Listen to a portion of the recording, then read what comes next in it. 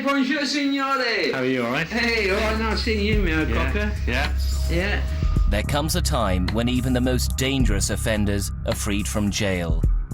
Take Frank Parker, a paedophile who killed a child. He's been released into the care of a bail hostel. He's supposed to live under strict conditions because he's still a danger to children. But he doesn't. There are 2,000 offenders living in bail hostels across the UK, including rapists and killers. There may be a hostel in your street. We're told those living there are supervised and monitored to keep us safe, but is it true? Pain was absolutely horrendous. And he just kept, I knew it was a knife. I knew it was a knife going in me. And it just kept on coming and coming and coming and never stopped.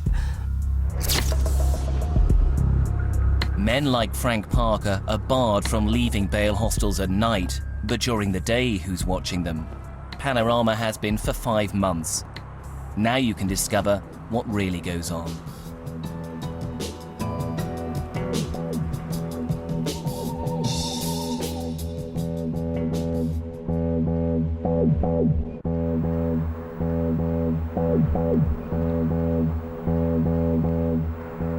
This residential area of Bristol is home to hundreds of families who may or may not know that they have a collection of criminals for neighbours. The offenders all live under one roof in a bail hostel. Some are here instead of jail, some are awaiting court, others have served long sentences. The hostels are run by the probation service to protect us. But something's going wrong. For several months, Panorama will be going undercover in 2 bail hostels in Bristol. We chose them for a reason. Last year, both hostels had offenders in their care, men who are supposed to be supervised and monitored, who went out and killed members of the public. The man going in for us is journalist Luke Mendham. He has no previous experience with offenders, but will be straight on the front line. The hostel where he'll start work is mainly for offenders involved in drug-related crime. Luke Mendham, I'm doing a shift here tonight. Oh, sorry. This is Ashley House. For many offenders here, drugs have led to prolific theft and violence. Sorry about that. That's right, no problem at all. Recognise you. He's introduced to the other staff, the people responsible for monitoring offenders in their care. They try to ensure residents don't break their conditions. If they do, they can be sent straight back to the courts or to prison. You're living in their world now, not the world outside. This is a whole new world. Yeah, seriously, because you're dealing with people that are damaged through drugs. Their lives are chaos. Each resident has different conditions to stick to. They're to help detect early signs of reoffending and to protect the public. The bare minimum are these. The offender must live in the hostel and abide by a night curfew. Luke is now part of the monitoring system.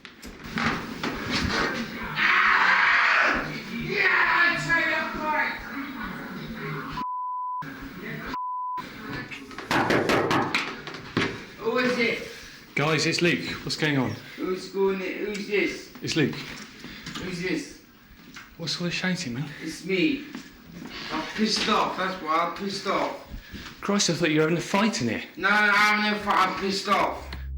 Luke's role is partly to assist the residents, but also to supervise them, to check they stick to their conditions. You people, I know it's you people who run down there so good.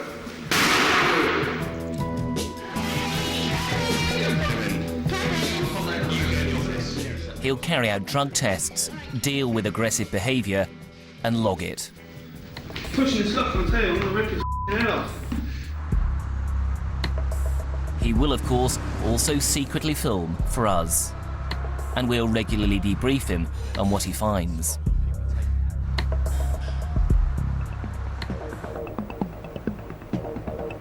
On his first night at Ashley House, a briefing with a surprise. Drugs were at the root of most residents' offences, so you might expect the hostel to be drug-free. Believe me, a lot of them will be using all night. They're not allowed to use an hostel, but a lot of them sneak the stuff in and they will use it. We know, we try to catch it. That's our job. It's a game. Yeah. So they're using all night, smoking crack, smoking whatever the hell their tipple is. So they're totally off their heads by the morning because they're knackered because they've been up all night, seen pink fairies or whatever. Widespread hard drug use, and Ashley House staff know better than most how dangerous that can be. James Long was released into their care in November 2004. He'd done time for violence and drug-related theft. Long was clean when he arrived at Ashley House. 8 weeks later, he was testing positive for heroin. One evening, he left the hostel to visit a friend round the corner. It was his cannabis dealer, who had around £1,000 worth of the drug in his flat. Long wanted to borrow some money from him. There was an argument. That man was Scott Marshall. He'd lost his wife to cancer and was now looking after their 3-year-old son alone. Days after the argument, Scott Marshall failed to turn up for lunch at his mum's house. Worried, she came to the flat and found his son Aby distraught. I picked Aby up, who was shivering and cold and just had his little top on from his pyjamas, and I thought, well, this is odd. 4:30 in the afternoon. So I said to Richard, I'm going to put Aby in a warm bath of water. I said, well, I'll put him in that warm bath of water. You run in and see what's that. Perhaps, I said, perhaps, he didn't call him uncle. I said, perhaps Scott's not very well. I said, well, what's the matter with you? I said, if he's sick, it's my place to go into him. In the front room, she found chaos. Something happened with the back of his head. But he was hit with a claw hammer, so you can imagine what happened there. When I identified him, all I saw was just a bit of his face, nothing else. Nothing else. You couldn't see his arms or anything. 3-year-old Aby had been sitting next to his father's dead body for days. That little boy witnessed everything. Witnessed his father dying and led with him for 3 days, which is... what evil person would do that? All he had to do, if he murdered him, all he had to turn around and say, get on the phone and say, there's a child screaming in that house. After seeing his father killed, Aby didn't speak for 3 months. James Long was in a hostel at the time that he committed this offence, wasn't he? Well, he obviously was not monitored. They should monitor him, because if he was monitored, he wouldn't have been allowed to walk the streets.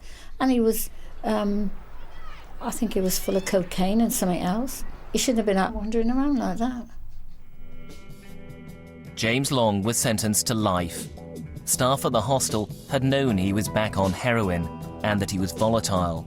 But once outside the hostel, they hadn't a clue about his behaviour. But he did do really well here. He got a job, he came from prison, he got a job. He'd never done that before. He did about 8 weeks clean, and then he started dabbling, and then he got a habit, but he was still working, he was maintaining, he was engaged, he was doing all the positive stuff. But he just had a really bad temper, and it was over drugs and money. After that, you might expect Ashley House to come down harder on drug use. This is one of its residents, Daniel Gill, a heroin and crack cocaine addict. For him, Ashley House was an alternative to prison. He's a prolific thief, stealing to fund his habit. Gill has more than 100 offences to his name. Daniel Gill. Daniel's been around the block so many times he don't need a map. He's using like it's going out of fashion. He gets JSA. What's JSA? It means job seekers allowance, but at the hostel they have their own twist on the term. We've decided JSA is now Jamaican smack. Oh, right, good. Yeah? Jamaican smack allowance. Oh, really? So, yeah, I mean, he's got no intentions of giving up the gear, and he's openly states if he won the lottery, he could afford his habit. Till then, he'd have to commit crimes to feed it. Is that right? But he's very manipulative. He knows the system inside out. He will tie you in knots, and he will try and get you jumping through needles. Whilst here, Gill is receiving treatment to help him kick his habit. That's why he's at Ashley House and not in jail. It's called a drug treatment order. His includes tranquilizers. But this is Gill first thing in the morning, before he's even given his daily medication. He appears to be off his head. That's because he is. Yeah, it will let me out. Something anyway. 1 in the morning, 2 at night. Yep.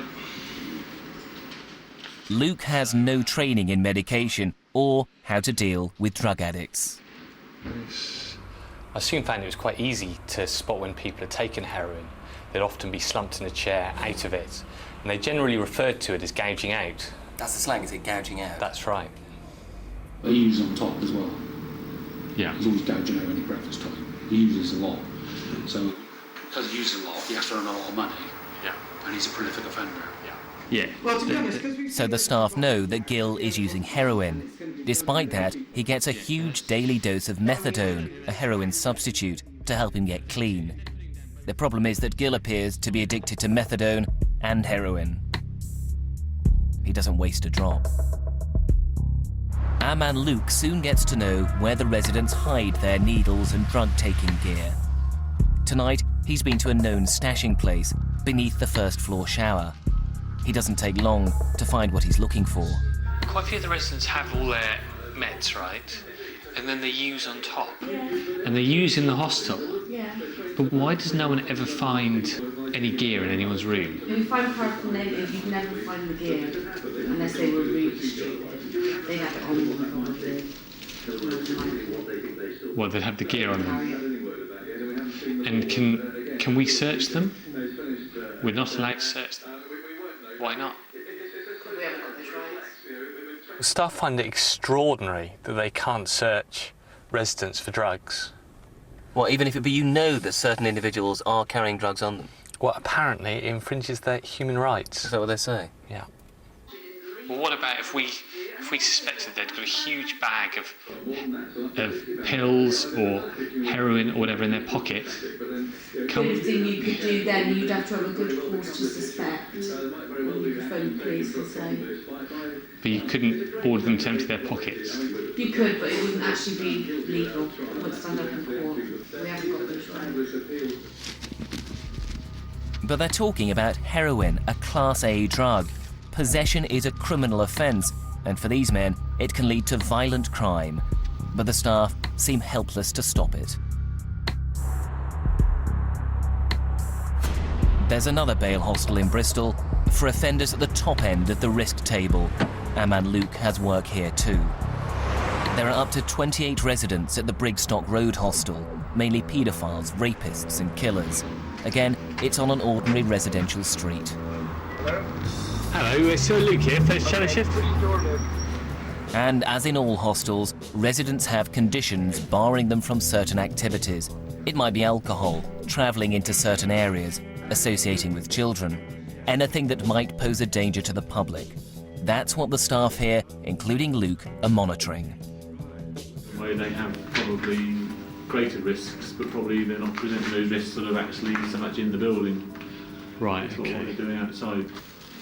Hey, bonjour, signore! How are you, all right? Hey, all right, nice. This is Frank Parker, on the face of it, one of the friendlier residents in the hostel. One afternoon, he told Luke why he's here. I feel so relationship with them. I don't like talking about it. I've got to talk. This is another thing I've got to go with. The person he killed was a 10-year-old girl after sexually assaulting her in her own bed. He served 39 years in jail. Frank Parker was released into the hostel with several conditions on his licence to keep him away from children. He's still considered a risk, and his recent behaviour suggests he should be. So what kind of predicament is Frank in at the moment? He's in trouble, actually. He was working at a charity shop and he was caught taking pictures of young girls.